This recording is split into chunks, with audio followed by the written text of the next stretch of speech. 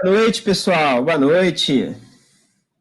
Hoje, como avisado, a live vai ser em inglês, mas se não entender alguma coisa, tiver alguma dúvida, escreve aqui nos comentários que eu vou traduzindo aos poucos. Beleza? Danny, good evening, my friend. Thank you very much for being here with me. I was just telling our viewers that the live is going to be in English tonight for the first time, so you got to be my first too. All right. I'll be translating some parts if people have any doubts, if people don't understand parts of the feed. So thank you very much for being here with me today. It's an honor to host this live with you here today. And I believe we're going to produce some very good content for our viewers. So thank you very much, Danny. My pleasure. My pleasure. Thanks for having me on, Leo. I appreciate it. It's all good. So before we start talking about export procedures in USA, any kind of technical details, I would like for you to present yourself, tell a little bit more who Daniel Matos is, how did you end up in that chair, and what do you do for a living, for people, so they can get to know a little bit better, you know? Yeah, sure, definitely. So, Leo, although I've known you for years, maybe you haven't, heard too much about my story of how I ended up in this business, or maybe we have talked about it in the past, but just for the purpose of the people listening to know me a little bit. My name is Daniel Matos, like Leo said. I'm the vice president of Elemar International Forwarding here in Miami, Florida, and we are a freight forwarder, customs broker, bonded warehouse, container freight station, and inventory stock control management company. And we process international shipments, really is what we do, imports and exports. And, I've been with the company for a little over 5 years, but our company has been in existence since 1995. So this past February, we completed 25 years. So we're very proud of that. We've been in the business very long time, and there's pretty much nothing that we haven't yet to see. We've seen everything, so we have a wealth of knowledge and experience, and I'm so grateful that we get to have a forum where we can talk about it and share it with people, because it's quite an interesting field, and I think for a lot of people it's very complicated, people who don't have the knowledge or the experience in it. So I think this is a great idea, and I'm so honored that you asked me to join you. This is the first time that I've done something like this, but I think it's a wonderful idea. It really is. So how I ended up at Elemar, it's kind of a funny question. I didn't know that I was going to end up in logistics at all. I went to school after I graduated from high school, 18 years old. I went to university to study accounting. So I studied accounting and finance, and the same thing as international freight forwarding. Yeah, not really, but it's there's numbers involved, and there's that's true. So I will say it was a very good experience, but after 2 years of doing that, I knew that I did not want to be an accountant with my life. and the reason was because I'm a person who enjoys I need excitement, I need action, I need activity, otherwise I get bored, and so I noticed really quickly that just staring at a screen with numbers for me was going to be difficult. And in the world of logistics, nothing is boring, and nothing is not exciting. Every day you come in and there's a new thing happening, and there's a new thing to learn, and there's a new shipment. So for me, I didn't know what I wanted to do, and after I graduated college, I started working in a bank, and at the bank I was just counting money all day, every day, and I remember sitting in the bank, and when it's your money, that's a good thing to do, Yeah, but it was other people's money. This is the problem. Yeah, exactly. But I remember sitting in the bank and just hearing the clock ticking, you know, tick, tick, tick. And I was just sitting there counting. And I remember thinking, I can't do this with my life. You know, I just can't do it. And so I struggled there for a few years trying to figure out what I wanted to do. And then eventually, as you know, my father's the owner of the company. He started the company 25 years ago. And one day we went to lunch in Redondo Beach in Southern California.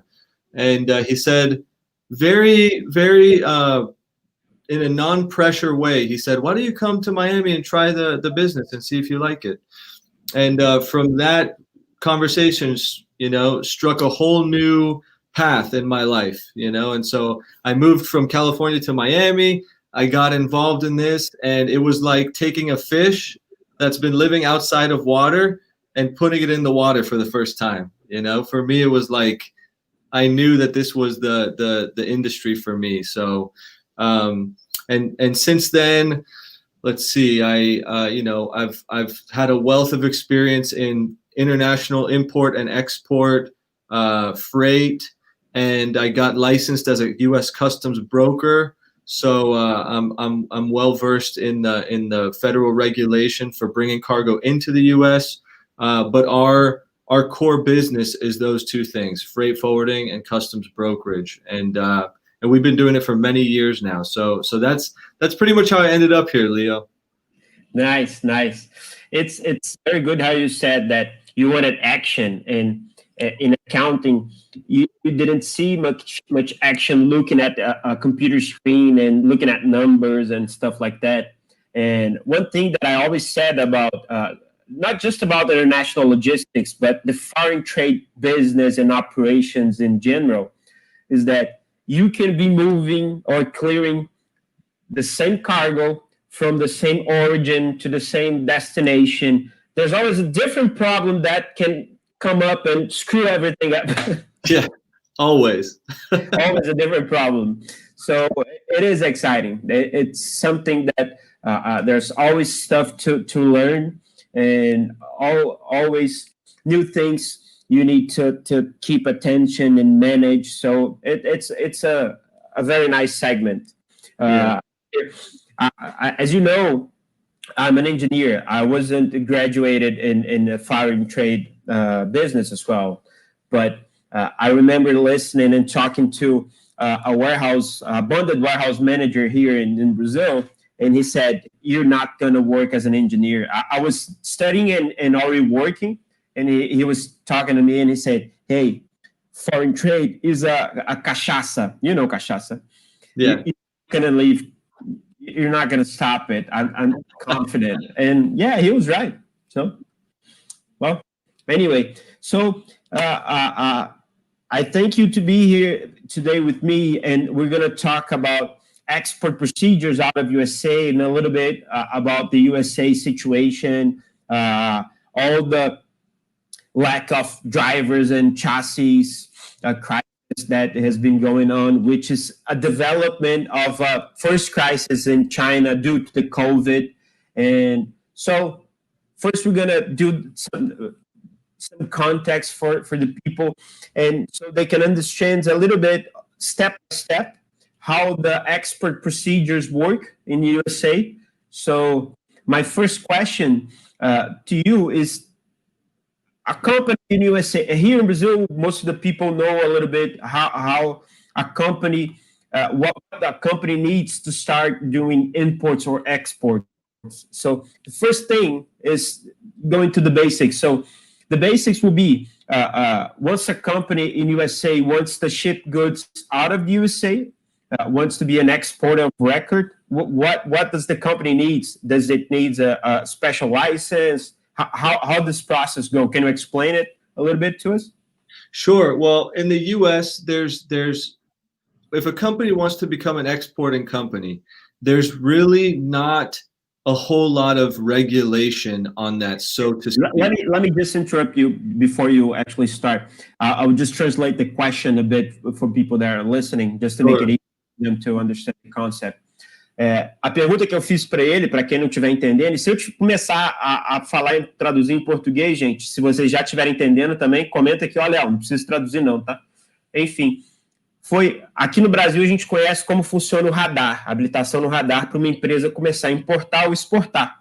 Então, eu perguntei para ele, nos Estados Unidos, né, começando do básico, uma empresa que quer exportar para o Brasil, o que ela precisa lá? Uma licença, um radar, algum documento, né? Go ahead, Danny. Great. So once a company gets established here in the United States with the federal government and the local government, they get a tax ID number, you know, what we call it an EIN. It's like similar to the CNPJ number you guys have. Yes. And with that number, that is how the government is going to track the activity of this company.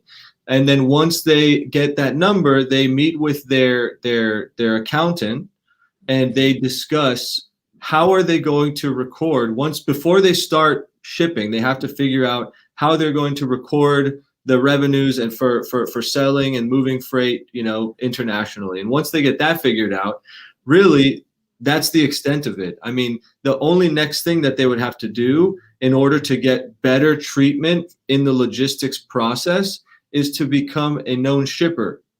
But aside from that, a company, once it's established, they can start to manufacture and produce goods and sell them internationally without needing a specific license, so to speak, to export.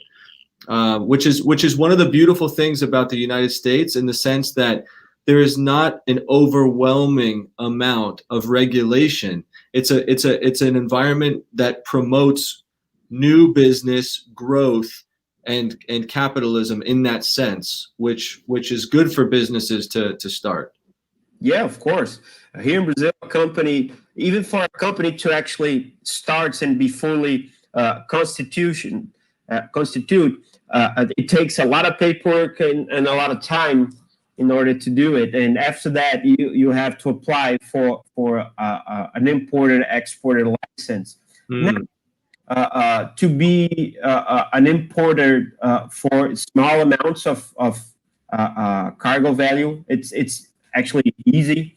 Most of the time, it's automatic. You just apply online and you get the answer instantly. But if you want to import, you know, bigger amounts, you have to process some paperwork, and that can take time. Yeah. Well, I just want to make a clarification, Leo, because there's a big difference in the U.S. between exporting and importing. And the reason being that the United States government does not collect taxes and duties on exports, only on imports. So there is a process if you want to become an importer, not so much export. So just to be clear on that. So because it's not as loose as an importer here. I see. So you don't need a license to be an exporter, but how it goes to be an importer? So an importer, it's probably similar in Brazil. You have to get a customs broker. You have to basically register your company with the United States Customs, and then they give you an importer number, you know, which is similar to a license, but you don't have to go through. It's not a formal license. It's just a number that tells customs what company you are, and that's how they track the taxes and duties that they collect on the shipments that you bring, and that's a different story. That's like the government is a lot more regulated on imports because they get revenue from it, tax revenue. Yeah. You know? It's usually how it goes around pretty much most of the countries. Here in Brazil, we don't have taxes on exports. Actually, we do, but the only right now we only have 3 different goods that have export taxes. Are tobacco or cigarettes made out of tobacco, and raw leather and dyed leather, something like that, and that's it. So the rest of it, there's no tax. Let me just translate a little bit for people that are listening. Pessoal, perguntei pro Denis sobre como é que funciona o radar nos Estados Unidos, né? Se uma empresa quer importar ou exportar lá. Então, a resposta é, primeiro, para exportar, não há nenhuma licença extra. Aqui no Brasil, mesmo para exportar, você precisa de um radar, mesmo que ele seja expresso. Nos Estados Unidos, você ter uma empresa constituída, você não precisa de nada. Você não precisa de nenhuma licença especial, não tem radar, é embarcar. E para você ser um importador nos Estados Unidos, aí sim, você precisa de ter uma espécie de radar, que ele gera um número a mais, não é o Tax ID, que é análogo ao nosso CNPJ, mas é um número de registro a mais. Ele rastreia, né, ajuda a Receita Federal Americana a rastrear os impostos que vão e estão sendo pagos nas importações. Então, isso ajuda a gente a entender um pouco o mindset dos exportadores nos Estados Unidos. A empresa, ela não precisa ter nenhuma equipe diferente para vender para a mesma cidade, para o mesmo estado ou para o Brasil. Não precisa de licença, não precisa de nada. Então, por isso que às vezes a gente quebra tanta cabeça com uma empresa nos Estados Unidos. Did you get anything from what I was saying? Yeah, I'm listening. You did a great translation. Yeah. No, I was telling people that at some point there's a lot of hard work in explaining to shippers in America and in other countries on how our laws work in order to make them issue, a commercial invoice and a packing list in certain ways, and including certain information that sometimes it doesn't really make much sense, but, there are no regulations. And I was telling people that it makes sense when you say that a company, just by existing in the U.S., it's already, able to ship a cargo to Brazil. So if you are a manufacturer and you sell goods to 2-3 different states in America, and then somebody in Brazil starts buying from you because they need or they want, you don't really train people to start exporting. You don't do anything. You just leave it out to forwarders and say, hey, pick this. So, yes. And they usually don't have like an export team. Did I get it right? Yes, definitely. In fact, we as a freight forwarder have had to do this training for some of the exporters, because some of them don't know what a commercial invoice, what is a commercial invoice supposed to look like? They do their transactions like, in local. So, it's like a receipt, but it's not like a formal commercial invoice. And you ask them, oh, well, what's the harmonized code? The HS code, which for you guys is the NCM number.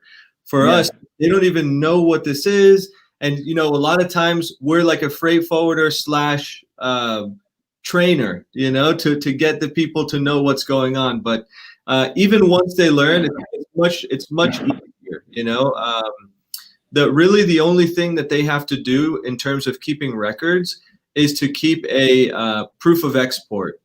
And if they have the proof of export, even if customs comes to audit them, as long as they have the proof of export, that's all they really have to do, So it's very easy to become an exporter.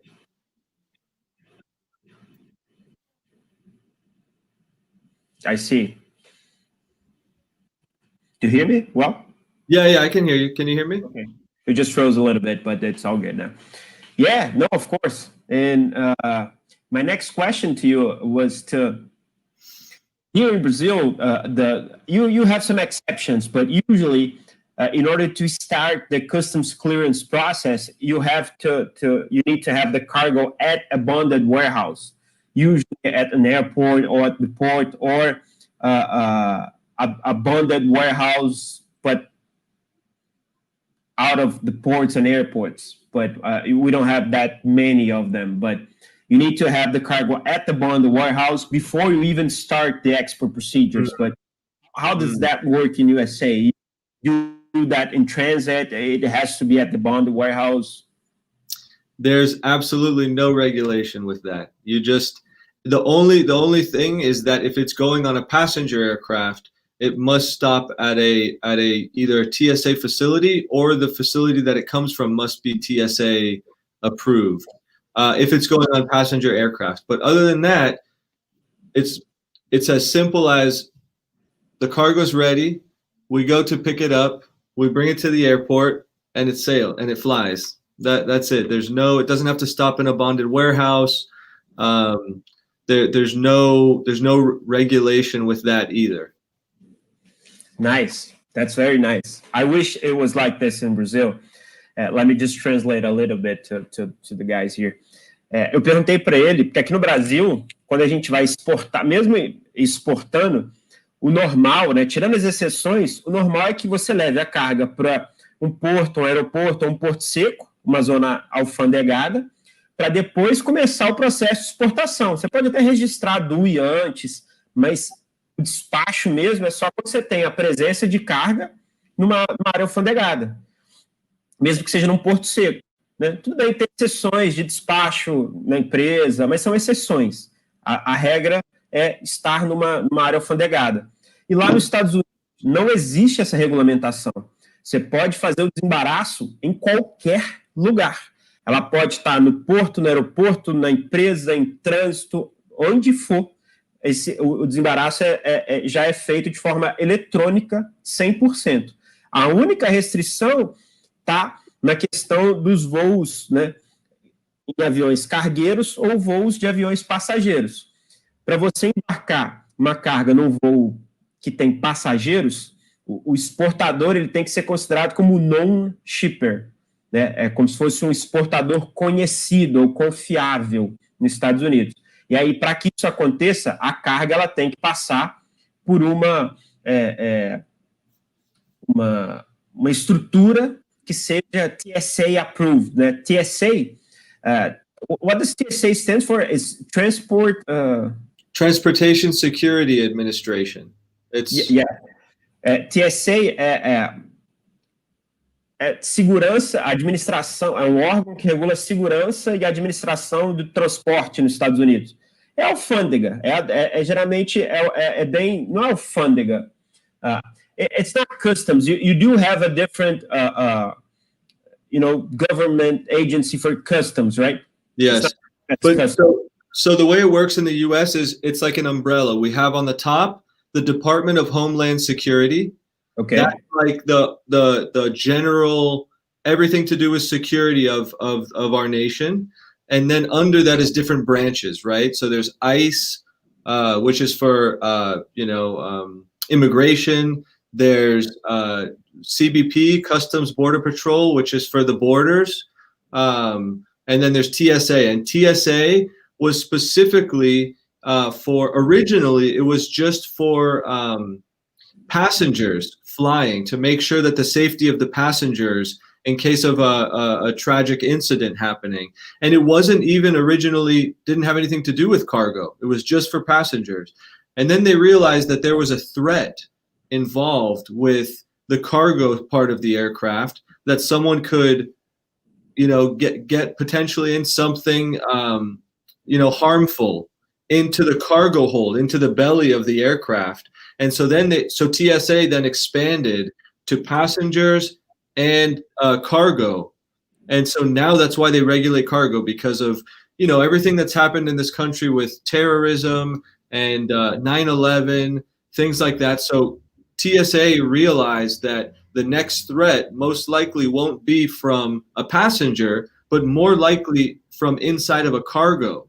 So they've really, strengthened that area of security to make sure that people who fly on passenger aircrafts are really safe. I see. Essa questão do TSA nasceu para regular passageiros, mas com a questão de terrorismo, os ataques nos Estados Unidos, eles trouxeram para olhar muito para a carga, mas é mais ligado à segurança e proteção dos Estados Unidos, não alfândega ou aduana, ou preocupar com impostos. Mas nesse caso, o exportador, para embarcar para o Brasil, ele pode desembaraçar a carga em qualquer lugar, só se for embarcar uma carga em um voo de passageiro, que ela precisa passar por uma estrutura que é aprovada pelo TSA, passar pelo... you usually have to screen the cargo, right? Yes, definitely. And you can either do that at a warehouse outside, or okay. 90%, 99%. So it has to go through a TSA facility so you can screen the cargo. No, not necessarily. No, because it has to go through a TSA, meaning that the TSA has screened that facility, but it doesn't mean that that facility has a screening, like an X-ray machine to screen the cargo. Okay. I see. I see. Yeah, então tem que passar por uma estrutura, né, um armazém aprovado pela TSA, que foi de fato registrado, para poder de fato embarcar em voo de passageiro. E o shipper tem que ser considerado como known, que aí sim voo passageiro. Fora essa questão, você pode, a empresa pode exportar dos Estados Unidos sem problema nenhum, e fazer o desembaraço em qualquer momento. It works the same for ocean shipments, right, Danny? No, actually, there's not a TSA does not regulate. It's exclusively for air shipments. No, I understand that, but I mean, you can clear the cargo anywhere it is if you're going to ship it by ocean. What do you mean clear exactly? Like with customs?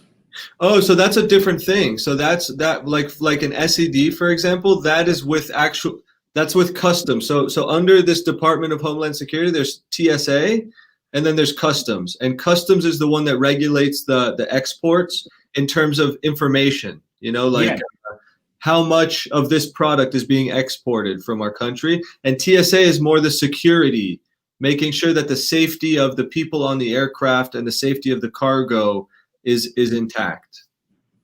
Yeah, of course. But just getting back to the question that we were talking about, if you're exporting out of the USA, you can clear the cargo at customs. You don't have to have the cargo at about to clear it at customs. It doesn't matter if you're going to ship it by air or ocean, right? Yes.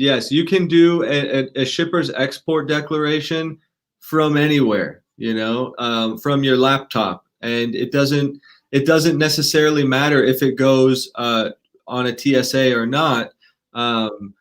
It's there's one thing that you need though to do that. Obviously you need the general information about the cargo, but you need that tax ID that we discussed earlier, the EIN number.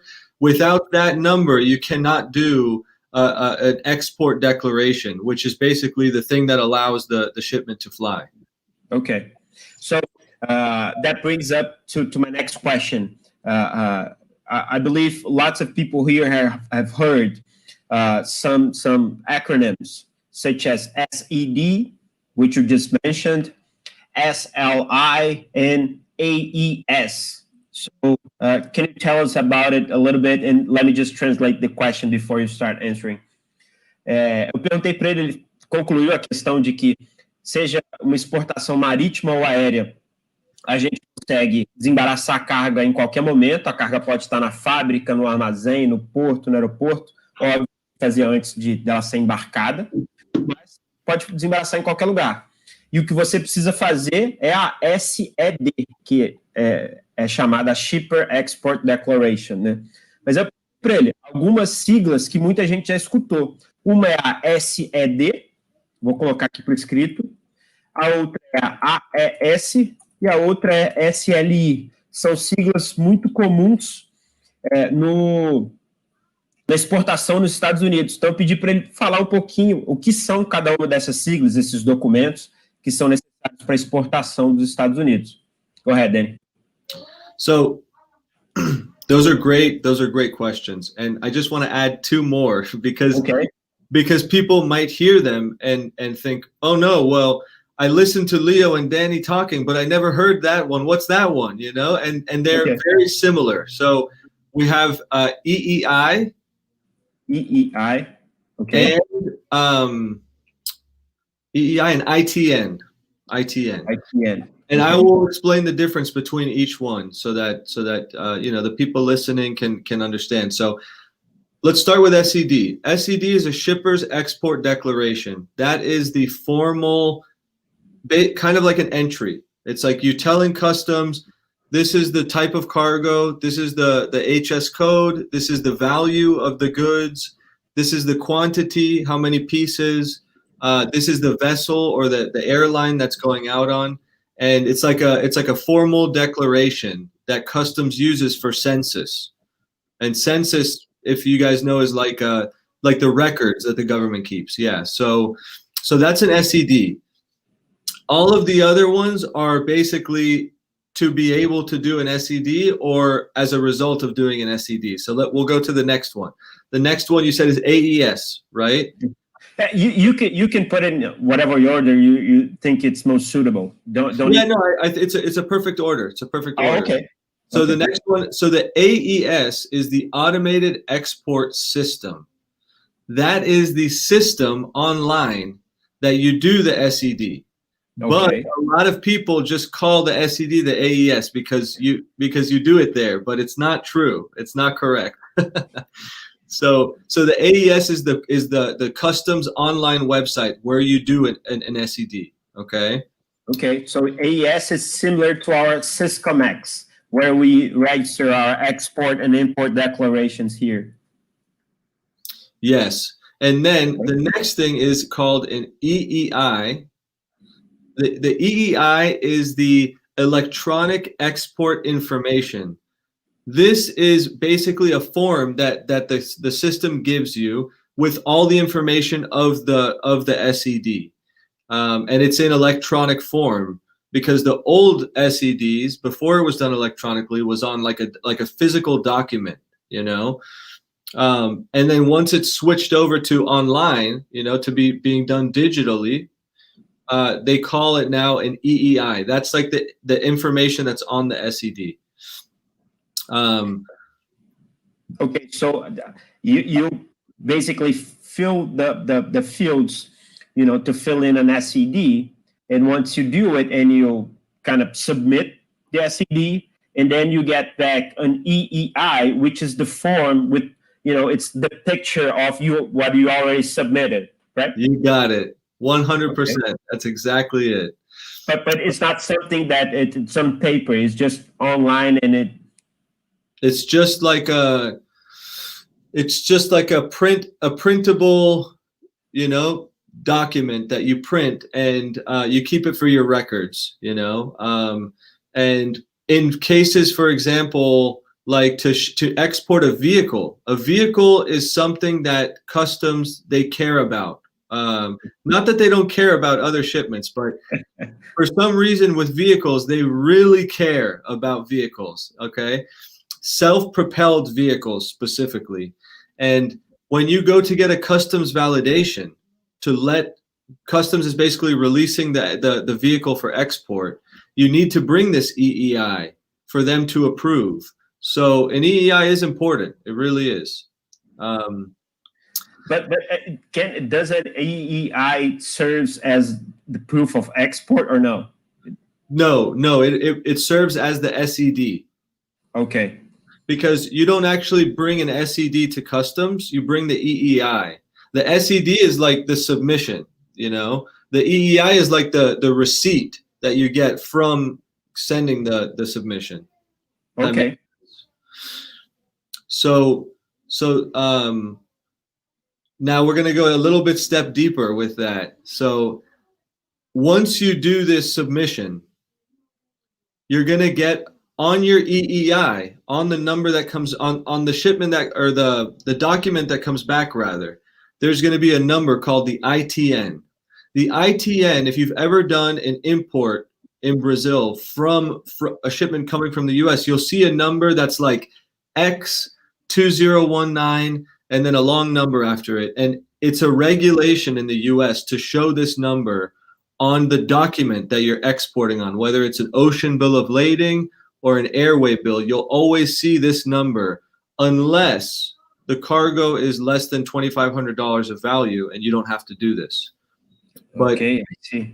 So, and one thing I wanted to mention is all of those terms that we've used so far are basically interchangeable. Like, people don't know the little differences between each one. So if you say, did you do the AES or did you do the SED? It's the same thing for people here. Like in our office, I'll hear someone say, but they didn't send me the ITN. But who did the SED? Well, I did the AES, and it's the same thing. It really means the same thing.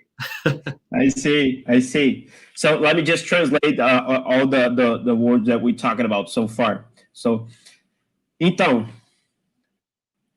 temos o AES, que é o Automated Export System, é o nosso Syscomex aqui no Brasil. É o nome, simplesmente, do sistema onde as informações são imputadas.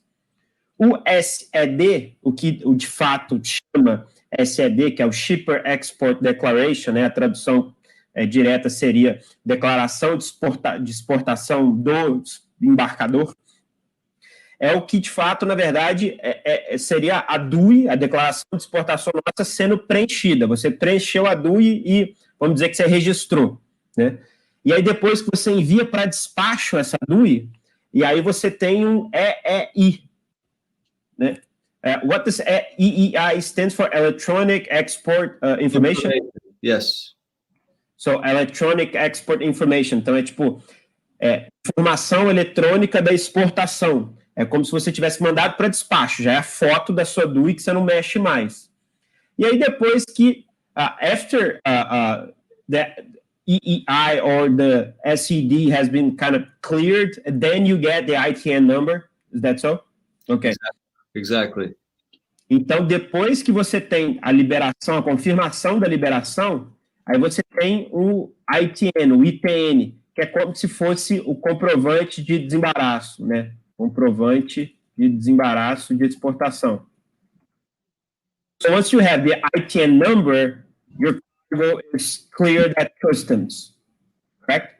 Correct. And then you can export, no problem. Okay. And if the only cargoes that don't need an ITN are cargoes that the value has less than $2,500, right?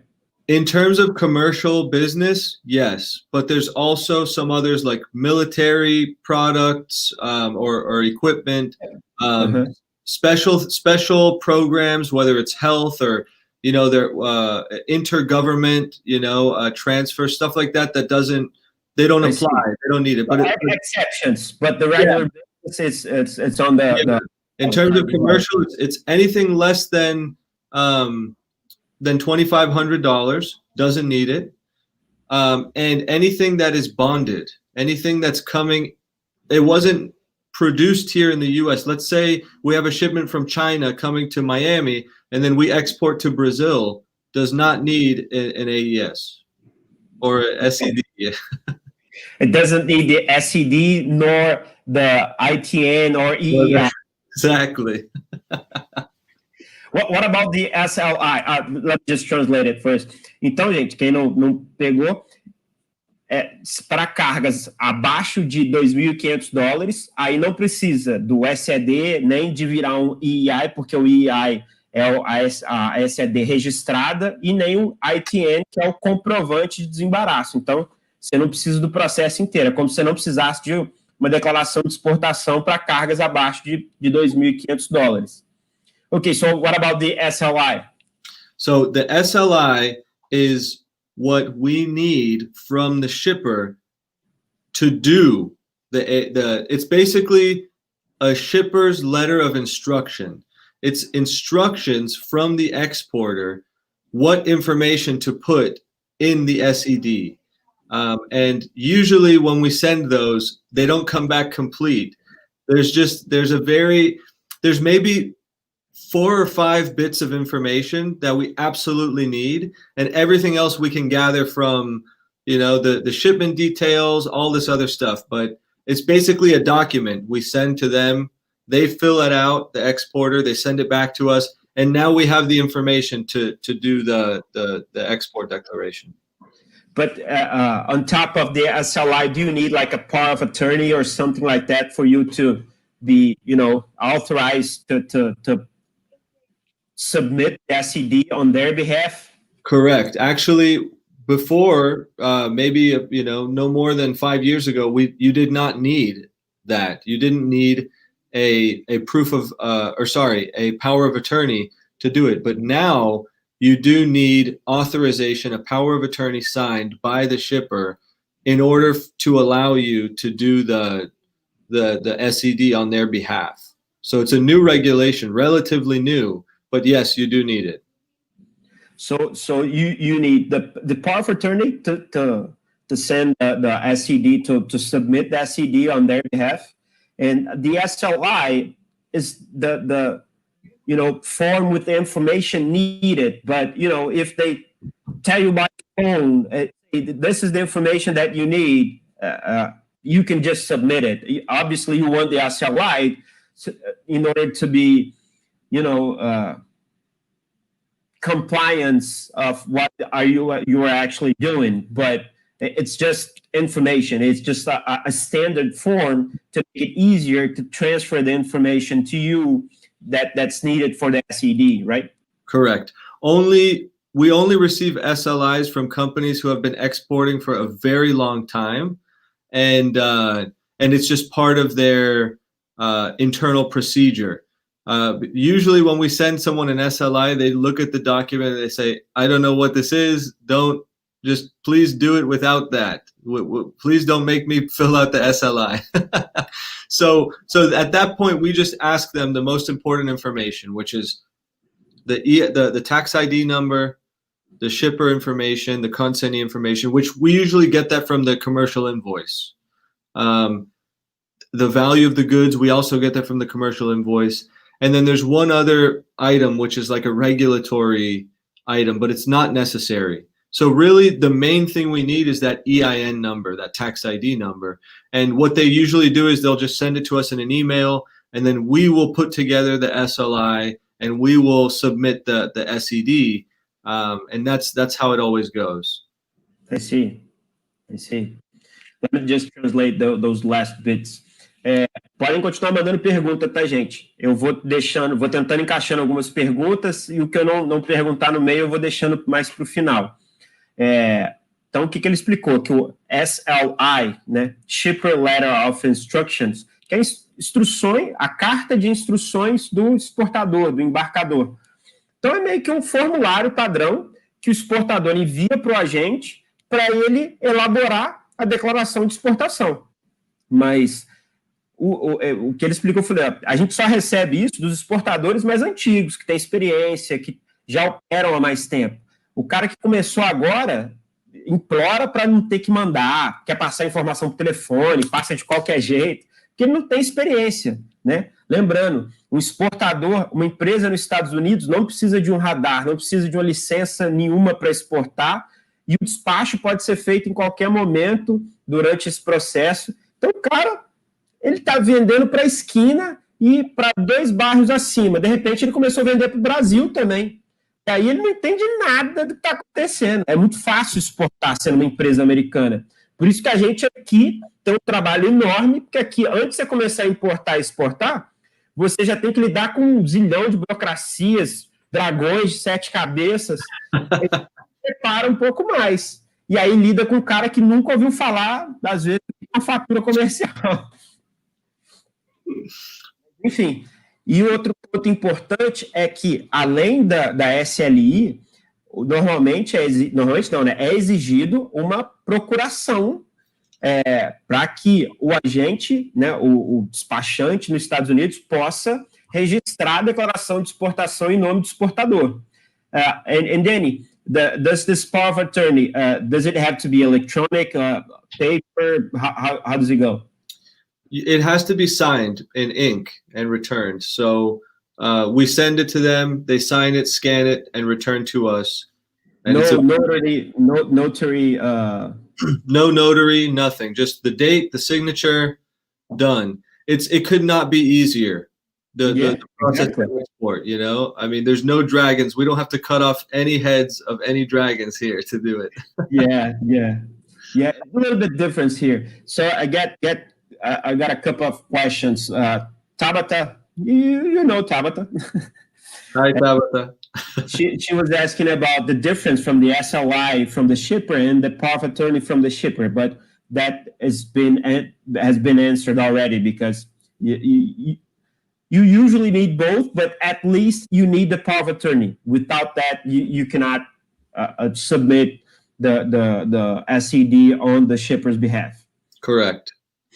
And Sergio asked about the import procedures in the USA. He was a little bit concerning about the import procedure, import documents. You already said before that we need A company in the USA needs a license, a register, a special register to start importing cargoes, which is that number on top of the tax ID that, tracks the duties and taxes that need to be paid. But other than that, what are the documents to import cargoes into the U.S.? Well, definitely a power of attorney. That's the most important one. And a power of attorney can be signed either by the importer here or a foreign importer of record. Something kind of cool about the United States government is they allow foreign entities to be an importer of record.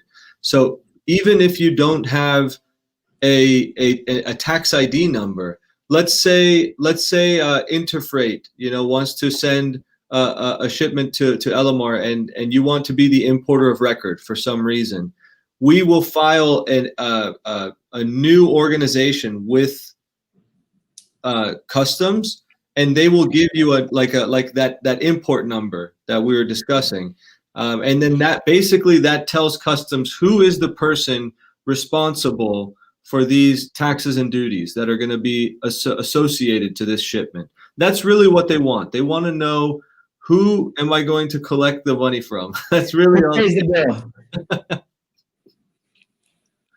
So aside from the power of attorney, you'll also need a commercial invoice, standard.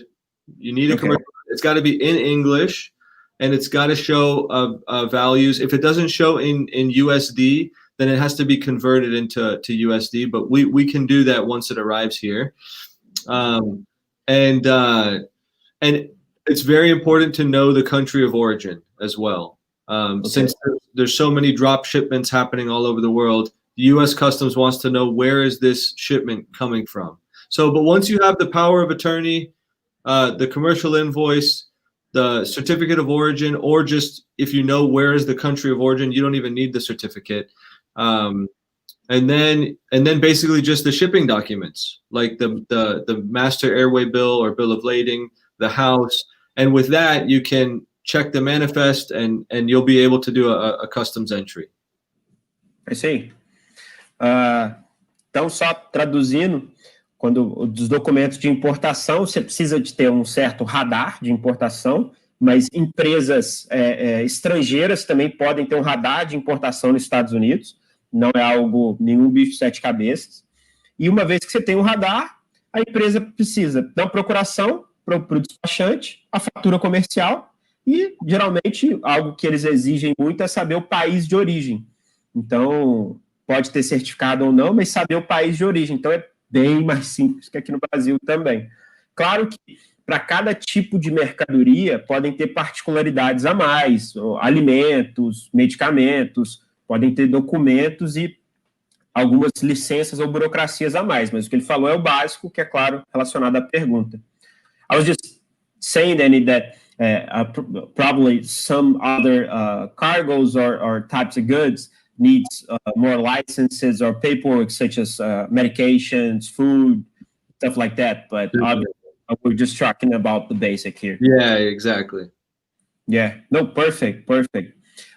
So I think we talked some details about it, but I would like for you to go deeper on how, if a company in the USA is not recognized as a known shipper, how do we make that company a known shipper in order to have those cargoes shipped in a passenger aircraft instead of just cargo aircrafts? And what are usually the limitations on, what are the restrictions on why we can or cannot make a shipper be recognized as a known shipper in the USA? Sure, it's a great question. And it actually, the process makes a lot of logical sense when you can understand the reason why they need to know, Like we discussed before, the TSA wants to make sure that people flying on a passenger aircraft are safe. Okay. That's their number one priority, right? So they're regulating where the shipments are coming from, and they need to make sure that is a secure facility, that it's been checked, so to speak. So once let's say a customer, or let's say someone in Brazil, a company in Brazil wants to buy a product from a company in the United States. They want to check if they're a known shipper. It has to be done by an IAC. An IAC is a company like us. We're an indirect air carrier. We are the companies who can check with customs whether or not a shipper is known or unknown. Actually, even an airline, they can't check. It has to be checked by a forwarder, and or an IAC rather. And the way that this company in the United States can become a known shipper is through applying with a company like us, like an IAC. So they will give us their information. We will put their address, the phone number, the name of the company, all the pertinent information, one contact, the person who's either at an executive level or a managerial level, and we'll submit it to TSA as a new shipper entry request. Basically, that's what it's called. And so TSA will receive this information, they'll see the address, and then they do a preliminary investigation. Basically, what they do is the same kind of investigation you would probably do from home before you go to an unknown address. You'd go to Google Maps, you type in the address, and you look, okay, where is this place that I'm going to? And you can zoom in, you see, okay, it is a real address, right? It's a physical. It exists. It exists, exactly. And then they give you a phone number. So the next logical step is, let's take a phone number, let's call and see if anybody's there, because it could just be, area code 123-456-789-10 phone number. They want to make sure that that there's a person on the other side who's going to answer the phone. The third thing that they likely do is check any governmental, registration papers showing that company is in fact a real company in the United States. So once they do those three things, they will either decide, I'm talking about the TSA, they'll either decide, okay, this company is a secure company because we've spoken to them, we checked that it's a real physical location. They Googled them. They probably checked, the website too. They just do like a preliminary, thing. And then I'm sure that since they're the government, they have a database where they can bounce the company name around to check that there's no, danger or any previous activity that they consider to be, dangerous. Once they do that, they either decide, okay, we're going to make this shipper a known shipper, and they'll change the status right there. Or they find out that they are not happy with the information. Either somebody's, grandmother answered the phone, in the basement of the house, or they Googled and they saw that this was a public park, that's not a place of business, or something like that, where they decide, okay, we need to do a intensive investigation, and then they send a TSA agent to physically go and visit this place, to get eyes on it, to knock on the door, to check it out, and then they'll do an investigation of the facility to see what kind of operation they're running, and then they will decide whether or not they're a known shipper. I see. No, perfect explanation. Perfect. Let me just translate a little bit. Então, perguntei para ele sobre essa questão nos Estados Unidos. Para você embarcar cargas em voos de passageiros, o exportador tem que ser um exportador conhecido, um known shipper perante a TSA, que é essa agência que regula a segurança do transporte aéreo nos Estados Unidos, segurança de passageiros, que é a prioridade número 1 deles. E como, às vezes, um exportador não é known, né, e você é obrigado a embarcar cargas em voos cargueiros, como você faz para que esse exportador se cadastre e vire um known shipper? E, você está de um cargueiro para um voo de passageiro, geralmente você dobra o valor do frete, né? Do passageiro para o cargueiro, né? O cargueiro é mais caro. Tudo bem que a gente está vivendo uma pandemia que os fretes estão malucos, temos pouquíssimos voos passageiros, mas o normal é que o voo cargueiro tenha praticamente o dobro da tarifa de um frete passageiro. Então, se você tem um exportador nos Estados Unidos que não é known, o que você quer é que ele vire known para que você diminua o custo do teu frete. E aí ele está explicando que o primeiro passo para que uma empresa saia do status unknown, desconhecido, para conhecido, ou não confiável para confiável, é uma empresa, um transportador aéreo indireto, que é um agente de carga, né? Mas eles chamam como IAC, Indirect Air Carrier. Então, é um transportador aéreo indireto. Ele entre com os dados no sistema da TSA da empresa X, do José das Couves. Então, ele vai botar lá o endereço, a pessoa de contato, que é um gerente, um executivo, o telefone, o e-mail, a TSA. E chegando isso para a TSA, ela faz primeiro uma inspeção, né, como ele falou, bem básica, pela internet. Abre o Google Street View, olha lá se o endereço existe, se há um prédio, né, se há uma estrutura dedicada da empresa, se há um prédio de condomínio, enfim, faz essa análise inicial, liga para a empresa para ver quem está atendendo, se existe alguém que atende o telefone, e dependendo, ela pode mandar uma pessoa ir lá para ir fazer isso virar, de certa forma, né, inspecionar mais a fundo. E aí, uma vez ela estando satisfeita, aí sim ela muda o status da empresa, mas ela pode também não mudar o status se ela não sentir a confiança naquela estrutura, naquela operação como um todo. Let me just take a quick look on some of the questions that rose here.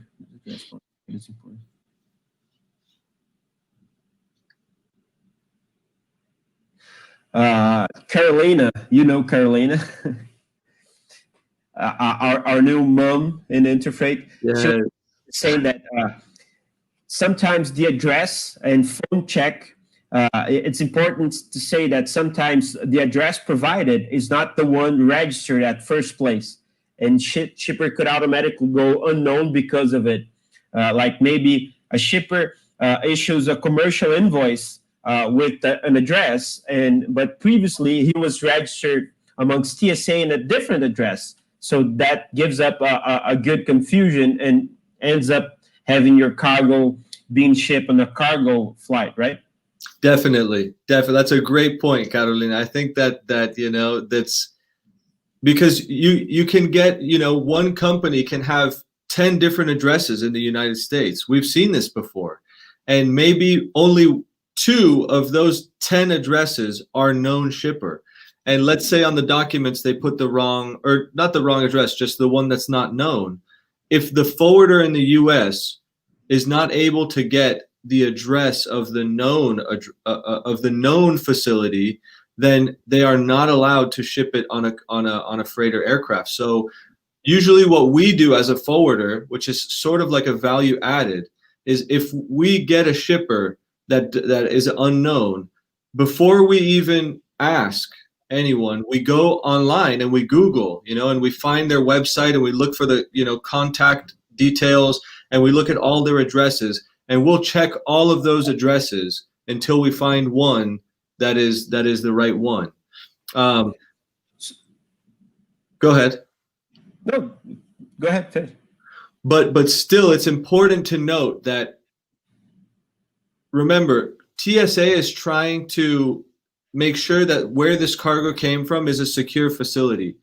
So if it turns out that the cargo's origin, in fact, was picked up from one of those unknown facilities, even if it is a known shipper at a different address, then still it should not be shipped on a passenger aircraft. I see. What I was about to say is that so you do have a system where you can check and type in shipper data, name and addresses, and check if the TSA confirms whether is it known or unknown shipper, right? Yes, definitely. That's one of the first things you get as an IAC is, and really it's simple. All you have to do is put in there the company name, the address, the zip code, and you don't even have to put the phone number, and it will tell you whether or not, because it will match the information you gave against its whole database, and it will tell you whether it's known or unknown. Another problem that I've seen is they accidentally spell one word incorrectly, or the name is Jonathan's Electronics, but they didn't put Jonathan Electronics Inc. at the end, and still came back as unknown. So it's very important to put in the information precisely and the address precisely. Otherwise, you will get an unknown message.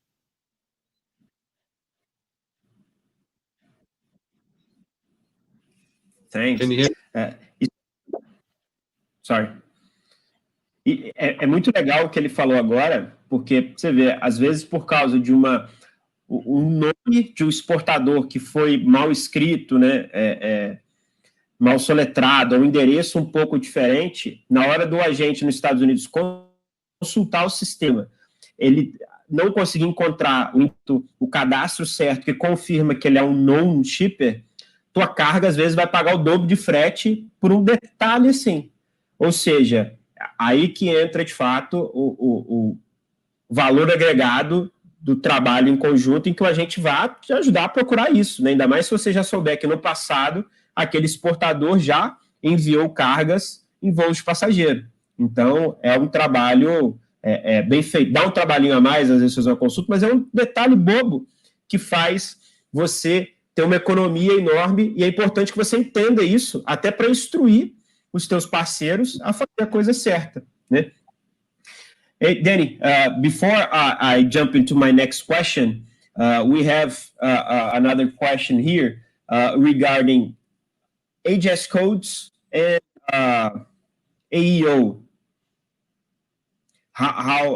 Since the export procedures in USA are very simple, how do they check if the HS codes are really correct or not, and how does that impact on the AEO certifications of the shippers and companies? So AEO actually, I mean, from what I understand, doesn't exist here in the US. AEO, what we have here is called CTPAC. It's CTPA. It's an acronym like this. We call it CTPAC. And it's basically like the counterterrorism, safety, something like this. But that is mainly helps importers. It really doesn't do much to help exporters at all. And really, there's no real regulation when it comes to this kind of thing, the AEO doesn't affect. And the second part of your question you said was what was it aside from the AEO? How do they check like HS codes, if the HS codes are correct? Oh, okay. So they really don't regulate that. You have to put in an HS code to get an accepted message. But the only time they accept that is if randomly the customs agent decides to do an audit on the exporter or the shipper, and then they will go there and they'll say, hey, provide me all of your EEIs, which is the document that shows all the information. And they'll check the HS codes and they'll say, hey, how did you get this HS code? And they'll either have to say that it was that they came up with it, or they got their agent to do it. But a funny thing about the government here in the U.S., specifically with this, section of what we're talking about, they don't care that much about exports, like another country's business.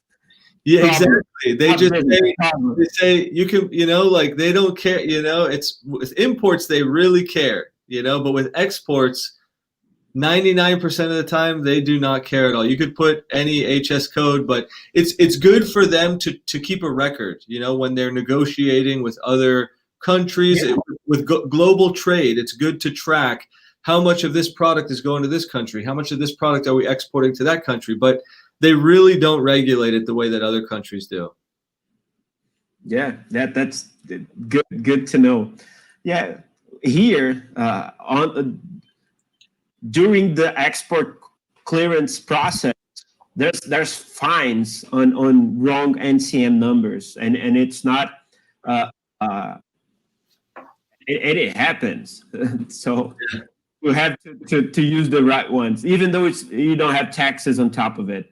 You know what's a great website, and I'll send it to you, Leo, that maybe you can share it with the people watching. It's a website called Schedule B Search, and here Schedule B and HS code are interchangeable when it comes for exports. For import, it must be an HS code, but Schedule B is it's like a product schedule, and in this website you can type in like the basic description of what your cargo is, and this website will give you the best recommended Schedule B or HS code number that you should use. And so we recommend it to a lot of the exporters we have. If they don't know how to classify or if they're concerned about it, it's the best tool. I'll send it to you so you can see it. It's very helpful. Yeah, great. You can go ahead and type in the comments or send me to the private chat so I can share to them. Oh, great. Okay, I'll do it now. Yeah. Okay. So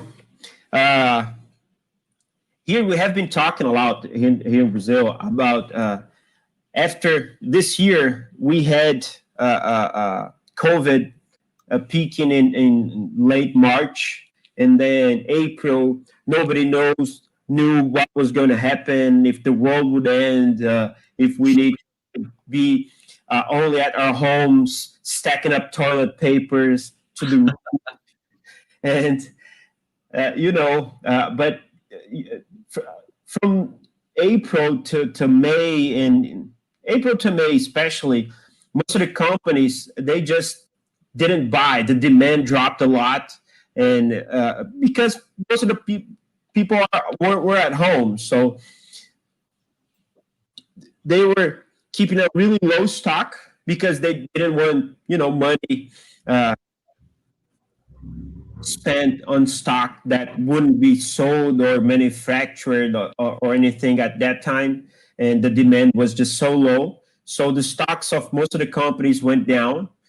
And then when we got closer to June and July, when most of the stores, the shopping centers, the malls were reopened, and people started buying again and realizing that, hey, yeah, it's a really bad thing, but we will survive, and yeah, we need to get back on business.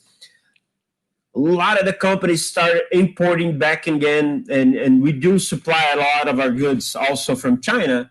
So that meant a lot of imports from China. And then we got to the point of August and September, which is already the seasonal peak of Chinese shipments, where USA and other countries, but especially USA, builds up the stock for Christmas and Black Friday and stuff like that. So these two reasons came up together this year and made the peak season even bigger. Yes. And now here in Brazil, we are reaching a point where in June, we were paying $500 a 20-foot container from China, and now it's almost $7,000 a 20-foot container from China. So it's just like nonsense. But what some people still don't know is that how this is affecting the USA, because to build a really a high stock for Christmas and Black Friday from a really low stock, most of the companies and the big distributors in USA had to ship a lot of cargoes at the same time. And we heard about Amazon and Walmart chartering vessels to ship containers from China. But then most of these containers got stuck on the ports, right? So we heard about Long Beach filled with 60,000 containers just for Amazon, a lack of chassis, lack of drivers. And so we got a second problem that came from COVID and the peak season from China. But I would like for you to elaborate a little bit more on this scenario of the USA and how this really impacted the local businesses, and how is the scenario right now? Sure. Well, there's interrupt you a little bit before you answer. Just that to translate, because I talk a lot. Eu perguntei para ele, pessoal, falei sobre esse cenário que a gente teve da China esse ano, que a gente juntou o retorno da confiança em que empresas estavam com estoque muito baixo, em abril, maio, e começou a abrir shopping, loja, e aí teve um retorno de confiança, e as empresas que estavam com estoque muito baixo começaram a querer importar de qualquer jeito, e isso juntou com a época de pico já, que é sazonal da China, das cargas da China, que é quando as empresas também começam, Estados Unidos, aqui no Brasil também, importar para suprir o estoque de Natal, de Black Friday. E aí a gente juntou empresas com estoque muito baixo, que queriam aumentar o estoque lá no alto para esperar o fim do ano. E aí deu no que deu, que a gente está vivendo hoje. Saímos de um frete da China de $500 em junho, a hoje a gente já está pagando quase $7.000 em fretes da China para o Brasil. Essa é a previsão para janeiro, né? Em dezembro ainda tem fretes menores, mas para janeiro está uma loucura. E os grandes varejistas dos Estados Unidos, como Amazon, Walmart, durante esse pico, afretaram vários navios para conseguir, de fato, sair do estoque baixo para esse estoque muito alto, a tempo, né, de pegar Black Friday, Natal.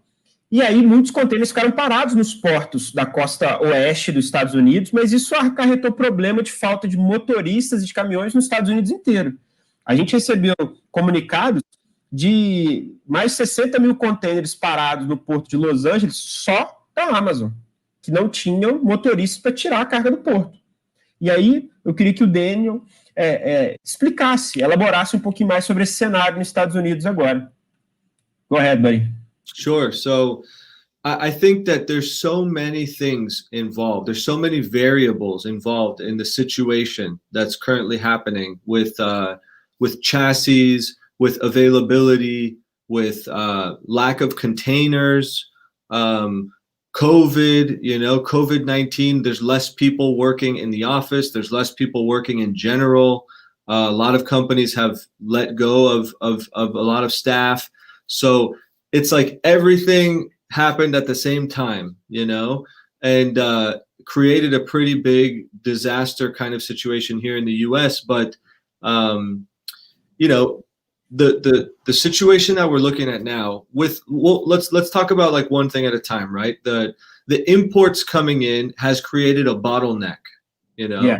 The bottleneck is happening at the port, at every port of entry, because there's more containers coming in than they can move out in time to get the rest of the, so if, for example, I went to the Port Everglades the other day and there's stacks of containers, 10 containers high, just it looks like an ocean of containers.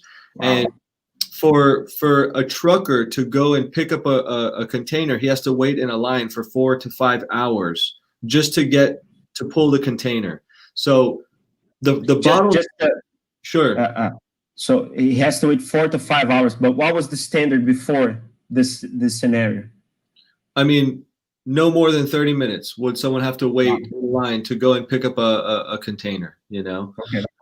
So you guys can imagine it's like gotten a lot longer. So that's the problem one is that there's a bottleneck and there's so many trucks trying to get these containers out that there's extremely long lines.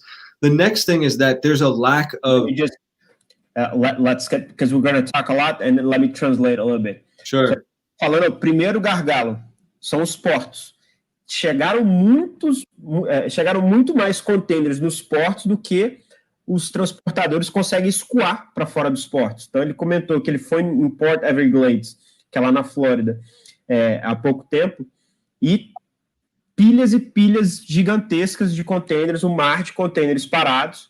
E nos Estados Unidos, a média de um transportador chegar no porto, tá na fila e pegar um contêiner e sair é coisa de meia hora. E hoje em dia está de 4, 5 horas para conseguir, de fato, retirar um contêiner do porto. E aí é o primeiro gargalo. Muito contêiner do porto e não escoa, não sai do porto. Ele vai falar do segundo gargalo. Go ahead. Great. And then the next thing is the trucking availability, There are less truckers available to pick up these containers as a result of COVID, as a result of, so there's a few reasons. Mainly, Right now, it's because of COVID. There's less drivers. You know, it's more risk. So a lot of people have, you know, either left that industry or, you know, pursuing other kind of career. The next thing is regulation. You know, truckers have been exposed to a lot more regulation by the government. So they can't just work 24/7 like they used to. They're only allowed to work within a certain time frame, you know, so that to avoid them overworking.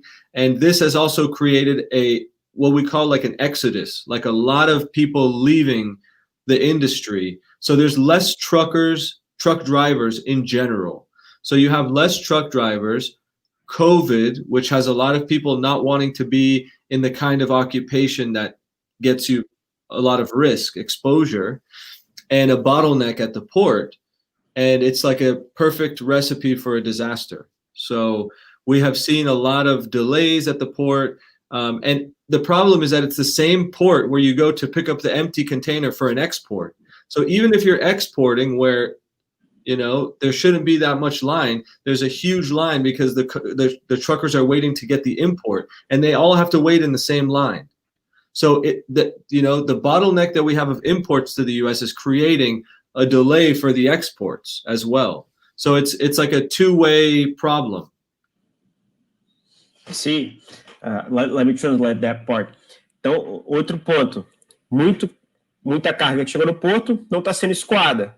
E o segundo ponto é a falta de motoristas de fato nos Estados Unidos. Ponto 1, o Covid. Muita gente desistiu de ser motorista nessa pandemia e está tirando receita de outra forma, pelo perigo mesmo, porque você está em contato com várias pessoas, transitando, cargas. Então, muita gente saiu, né? Imagino muita gente no grupo de risco, de fato, deve estar evitando. Então, você tem menos motoristas disponíveis.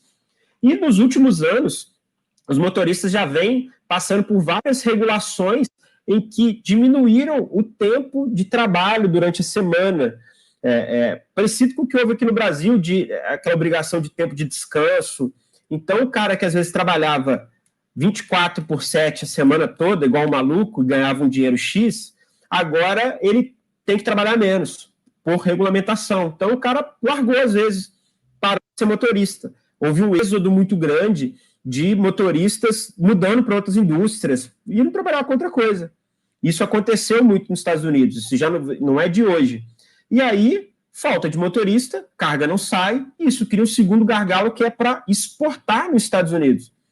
Você não consegue coletar um contêiner vazio, levar para a fábrica, ou vai depois entregar no porto, porque aí para entrar também o caminhão no porto, você tem filas muito maiores do que o pessoal está acostumado. Só para vocês terem uma noção, às vezes essa questão de 5 horas para coletar na fila nos Estados Unidos é muito. Porque aqui a gente está acostumado com muito mais.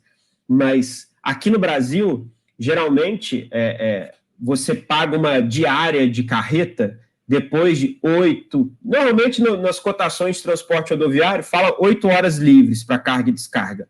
Mas o normal é 12, 15, não chega a cobrar se não virar o dia, né, geralmente.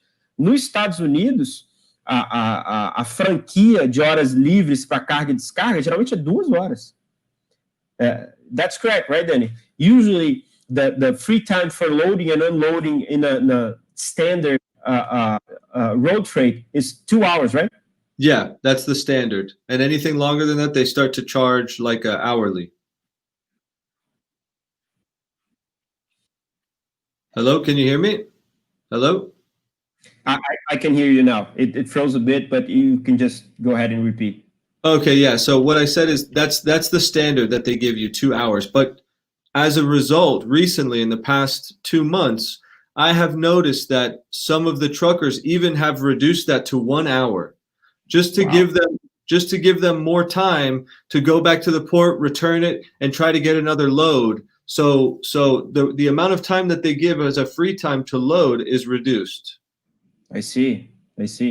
Well, it is understandable because everybody's getting squeezed a lot in this scenario. Ele comentou que tem muitos transportadores que estão até cotando, já considerando 1 hora livre só para carga e descarga. Passou de 1 hora, é estadia, cobrando, porque eles querem rodar rápido, parou no porto, voltar e pegar mais carga para, né, ganhar dinheiro, né? And one thing that I always tell people here in Brazil, here, I believe that the road transport industry in Brazil and in the US are way different.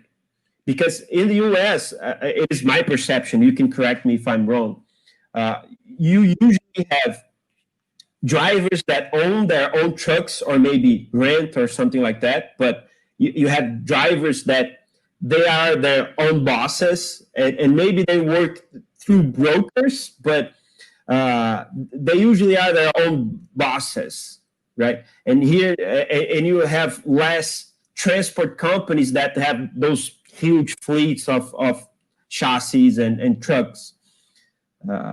Correct or not? There's both. There's definitely both.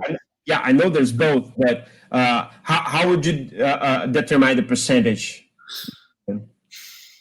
It's hard to say. I would say that it would, of the total number of trucks on the road, I would say that 75% of them are owned by the giant nationwide trucking, and those are usually LTL. Those are the ones that they don't like to do full. They like to load their truck with as many cargoes as possible to maximize the profit.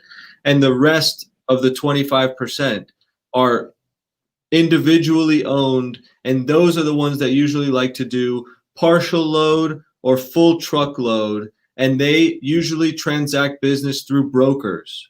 So they will never contact directly to a customer or even directly to a forwarder. They go to this broker, and the broker contacts the freight forwarder, and that's how the business is generated.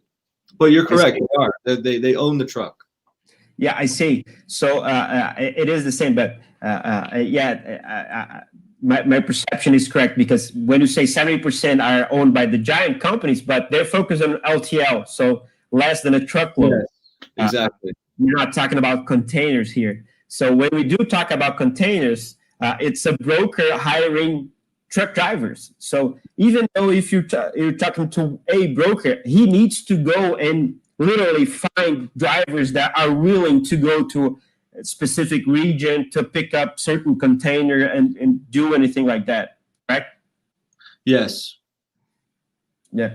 And here in Brazil, the biggest difference for me is that most of the transported companies are smaller, are not super giant and focus on LTL, but they have their own fleet. You know, it's easier to demand some standard of service.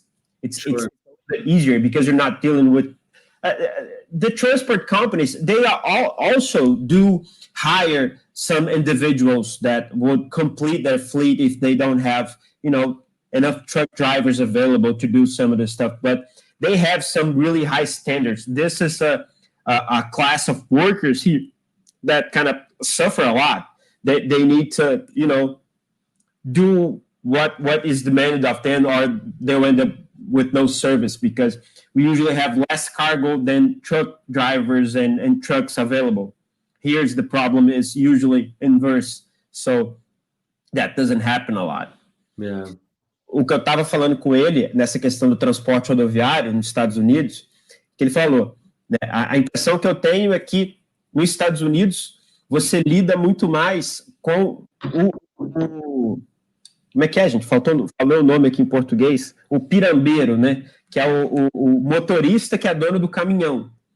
Aí ele falou assim, não, Léo, aqui 75% dos caminhões, na verdade, são das grandes transportadoras. Mas quando ele fala grandes transportadoras, são essas focadas no LTL, que é o transporte fracionado. FedEx, UPS, esse tipo de transporte fracionado, que é focado em, enfim, e-commerce, carga fracionada.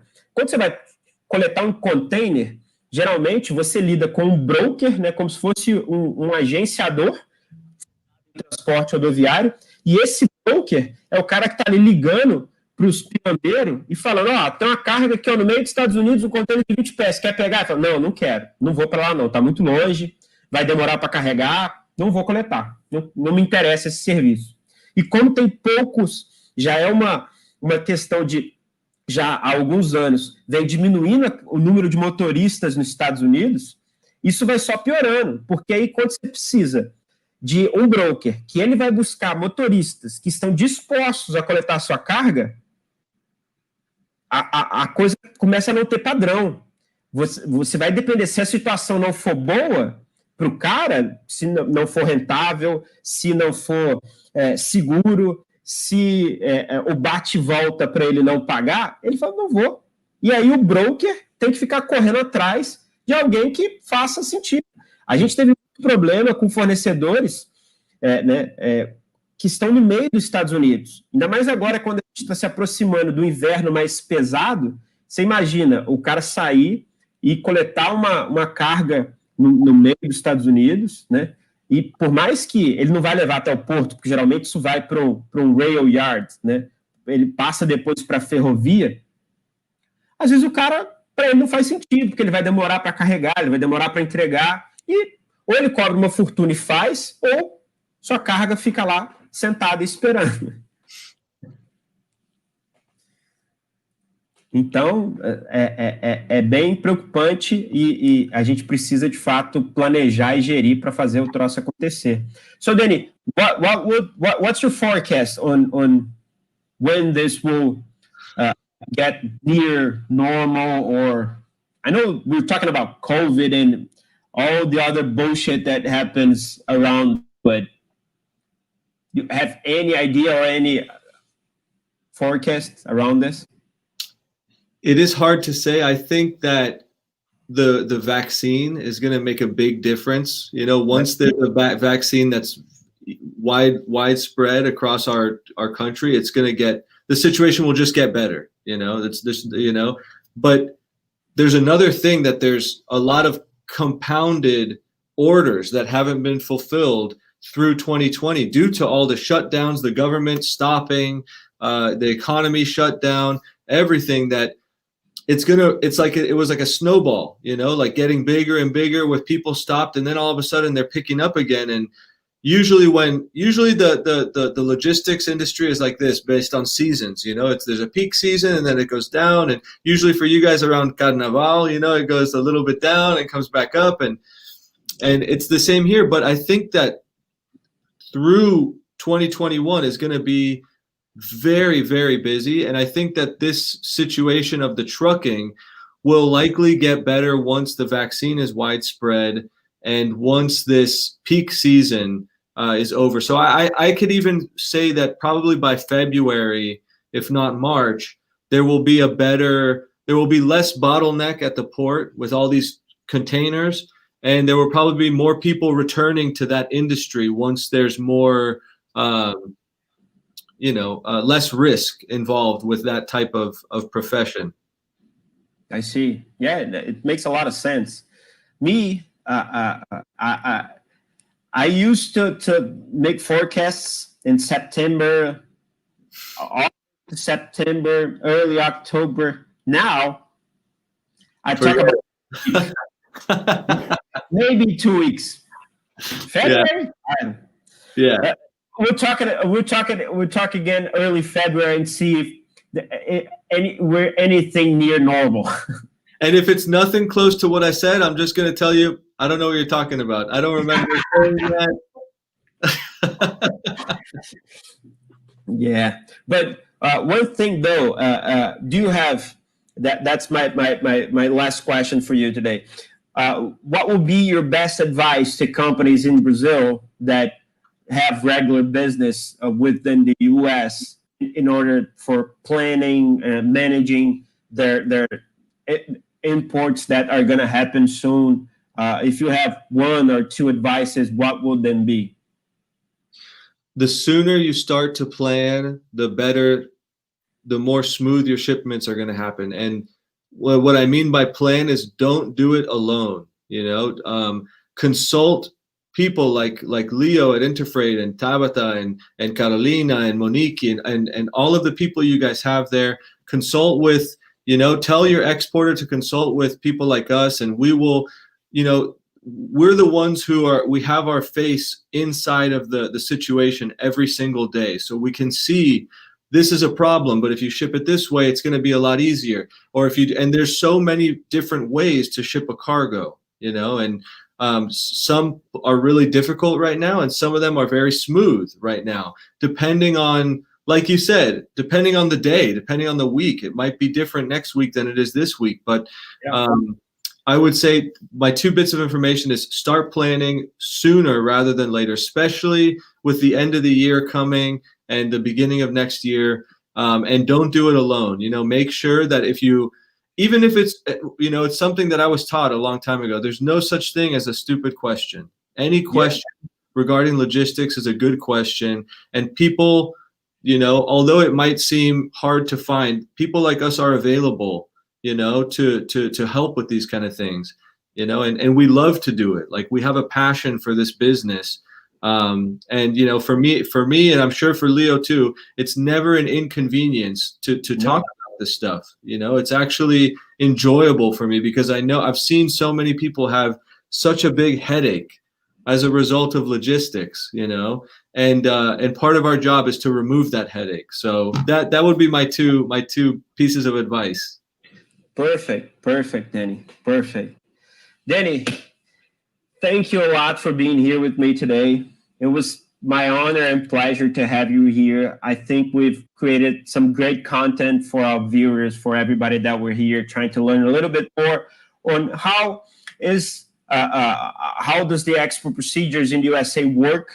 And we talked a lot about the step-by-step and what's the scenario right now, what's going on with the truck drivers, bottlenecks at the ports, with everything that's going on in the logistics in the USA. And as you said, maybe February, maybe March, we're going to see some improvement, but everything depends on COVID, the vaccines, and, you know, a lot of stuff, a lot of variables still, but we'll keep an eye on everything. And I give you the word for you to say whatever you have to say at the end. And thanks again, Danny. Great. I just want to say thank you so much, Leo, for inviting me. This has been a lot of fun. I love talking about this stuff, and I hope that we were able to help somebody. And please note that this is like an open-ended conversation. You know, if you have more questions, if you have more things that you want to know about, contact Leo. You know, he can contact me. He can give you my contact information. These are things that, you know, we live for this stuff. So I just appreciate the opportunity to talk with you. And I hope this is not the first and the last time that I get invited. No, it's not going to be. I love doing it. I really enjoy doing it. And it's not going to be the last time. Okay, great. Well, I look forward to it, Leo. Again, thanks so much for having me. Thank you again. And I'm just going to translate your last piece of advice and finish up with everybody. Pessoal, quando eu perguntei, a última pergunta foi conselho do Daniel, né, para as empresas no Brasil que importam dos Estados Unidos regularmente, estão planejando novas importações, e ele resumiu bastante em falar, gente, planejem de fato as suas importações, o quanto antes, melhor, e não façam sozinhos, né? Conversem com o teu parceiro, conversem com quem do negócio, para fazerem juntos e fazerem um negócio que vai funcionar. Não ficar pulando de um lado para um lado, tentando soluções mirabolantes, né? De fato, sentar juntos e construir uma solução é o que vai ajudar nesse cenário de logística tão difícil que a gente está vivendo hoje. E planejar o quanto antes. Beleza? Se você acha que esse conteúdo te ajudou, deixa seu like aqui no vídeo, não deixa de deixar seu like. Isso aqui é free, né? Vai estar disponível ainda até domingo para todo mundo.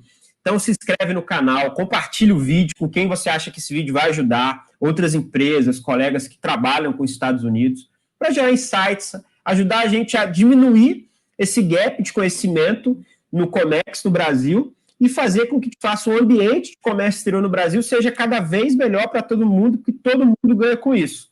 E se você gostou muito desse vídeo, saiba que na comunidade Comex 360 graus tem muito mais conteúdo como esse e muito em breve, em janeiro, a gente vai abrir uma turma nova.